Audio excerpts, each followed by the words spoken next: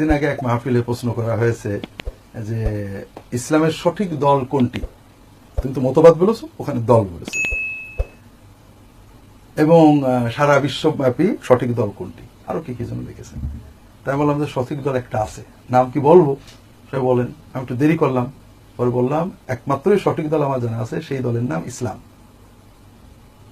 এখন সবাই তো আশা হতো, ভাবছিল কোন পক্ষের দলের নাম বলবো। কথা বুঝেছো? দলাদলি ইসলামে হারাম। আমাদের একটাই দল আছে, সেটার নাম হল ইসলাম। যে ব্যক্তি নিজেকে মুসলমান দাবি করছে সে আমার দলের, এবং তাকে আমরা বিচার করব তার আমল দিয়ে। একজন নামাজ পড়ে আলহামদুলিল্লাহ সে ভালো, সে কি অমুক দলের মাধ্যমে না তমুক দলের অমুক দলের মাধ্যমে নামাজ পড়েছে, এটা আমার ইচ্ছা নেই, সে নামাজ পড়ছে কিনা এটা কথা বলছো। ঠিক তেমন আরেকজন লোক রোজা রাখে, একজন লোক দাঁড়িয়ে রাখে, একজন লোক আল্লাহর পথে দান করে, একজন লোক এতেকাপ করে। যে যত বেশি ইসলাম পালন করে সে তত বেশি আমার প্রিয়, সে আমার দলের আরো কাছে। এখন তুমি মতবাদ সম্পর্কে প্রশ্ন করেছো।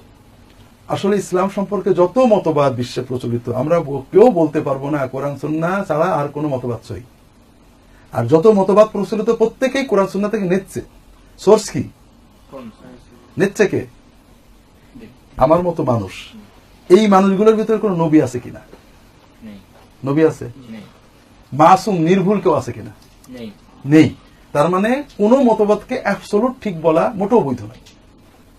এটা প্রথম কথা। প্রত্যেক সমাজে যা প্রচলিত আছে প্রতিটি বিষয়কে কোরআন সুন্নাহ বিচার করতে হবে। প্রত্যেকে মুসলমান, প্রত্যেকে আমার ভাই, প্রত্যেকে দিনের কথা বলছেন, তবে বর্তমানে যারা বলছেন তাদের সোর্স কোরআন হাদিস, কিন্তু নেচ্ছে মানুষ।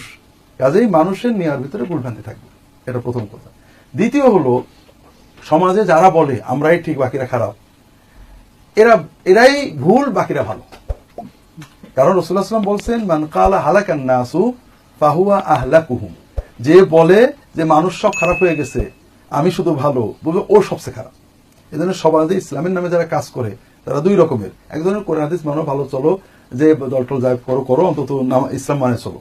এদের কথা ভুল হতে পারে, ঠিক হতে পারে। আর যারা বলে ভাই যাই বলো, নামাজ রোজা যাই করো, এই দলে না আসলে, হুজুরের মুরিদ না হলে, এই দলে না গেলে, এই ঈদে না গেলে তোমার কাম হলো না, তাহলে বুঝবা যে ওর থেকে শত মাইল দূরে থাকবা। কারণ তারা আল্লাহ রসুলকে মানদণ্ড রাখেনি, তারপরে এসে একজন মানুষ বা একটা ব্যক্তির ইজতিহাদকে মানদণ্ড রেখেছে। কথা বুঝতে পেরেছো? তৃতীয় বিষয় হলো, তুমি প্রশ্ন করেছো যে যারা ভুল তাদের কি করব। যারা ভুল, কতটুকু ভুল, এটা কোরআন সুন্নাহর আলোকে মানতে হবে, দেখতে হবে। ভুল যদি ছোটখাটো ভুল তো সবারই আছে, বুঝতে পেরেছো? আমরা তাদের বোঝার চেষ্টা করব, না হলে যাদের মতো চলবে। যেমন মনে করো আমাদের সমাজে অনেক শিক্ষা ব্যবস্থা আছে এবং শিক্ষা প্রতিষ্ঠান আছে, সবই শিক্ষা প্রতিষ্ঠান, সব তো একরকম না। কারো কেউ মোটামুটি ভালো, অল্প ভুল ত্রুটি আছে, কেউ অল্প ভালো, অনেক বেশি ভুল ত্রুটি। কারোর ভুল ত্রুটি সিস্টেমে, যেমন আলিয়া মাদ্রাসা, কওমি মাদ্রাসা, বিভিন্ন পদ্ধতির ভিতরে পদ্ধতিগত ভুল আছে।